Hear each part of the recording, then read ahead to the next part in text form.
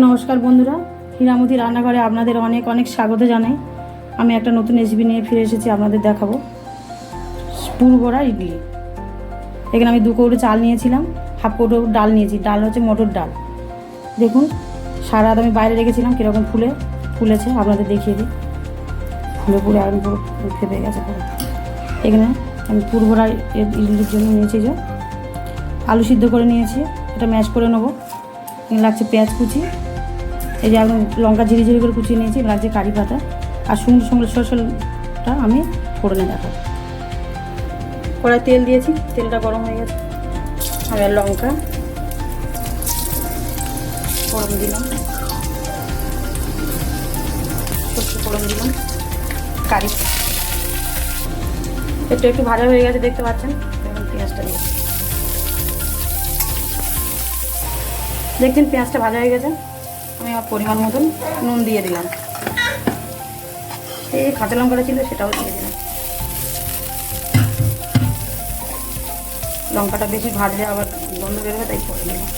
সামান্য একটু হলুদ দিয়ে দিলাম, একটু নেড়ে নিয়েছি। আমি আলুটা এবার দিয়ে দিচ্ছি, কড়ার মধ্যেই নেড়ে নেবো। দেখুন আমি ফুটটা নেড়ে নিয়েছি কড়াই, এরকমই শুকনো হবে। চলুন আবার দেখিয়ে দিচ্ছি। এখানে আমি নুন দিয়ে দিচ্ছি পরিমাণ মতো, কম বেশি নুনটা আপনারাই খাবেন।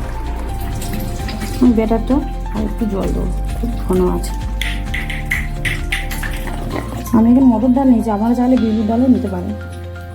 ফুলেছে দেখো কত সুন্দর।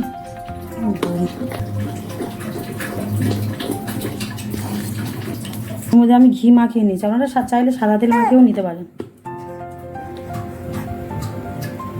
এটা দিলাম,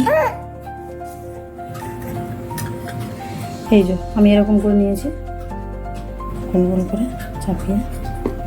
এবার আমি আর একটু চাপিয়ে দেব।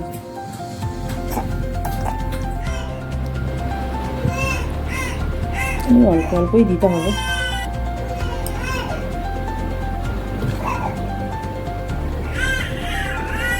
মানে আলুটা যাতে ঢাকা পড়ে যায় সেই মতন দেবেন। দেখুন আমি এরকম নিয়ে নিয়েছি সাজিয়ে। এবার এটা বসিয়ে দেবো। আমাদের ইডলি মেকার না থাকলে বাটিতেও এরকম ছোটো ছোটো বাটি নিলে ছোটো ছোটো বাটিতেও খুব ভালো হয়। ভিতরে জলটা ফুটিয়ে নিয়েছি, তারপর আমি স্ট্যান্ডটা বসিয়ে দিলাম। এটা আমি ঢাকা দিয়ে দিচ্ছি। প্রেসার কুকার সিটি খুলে নিয়েছি, এটা আমি 15 মিনিট রাখবো। দেখুন আমার পুরভরা ইডলি রেডি। আপনারা দেখুন কত সুন্দর হয়েছে। একটা ভেঙে দেখিয়ে দিয়ে একটা, এটা বাচ্চাদের টিফিনে দেবেন, বাচ্চারা খুব পছন্দ করে। ওটা তেল নেই, স্বাস্থ্যের পক্ষে খুবই ভালো। দেখুন কত সুন্দর হয়েছে। ভালো লাগলে আমার চ্যানেলটা সাবস্ক্রাইব করে দেবেন।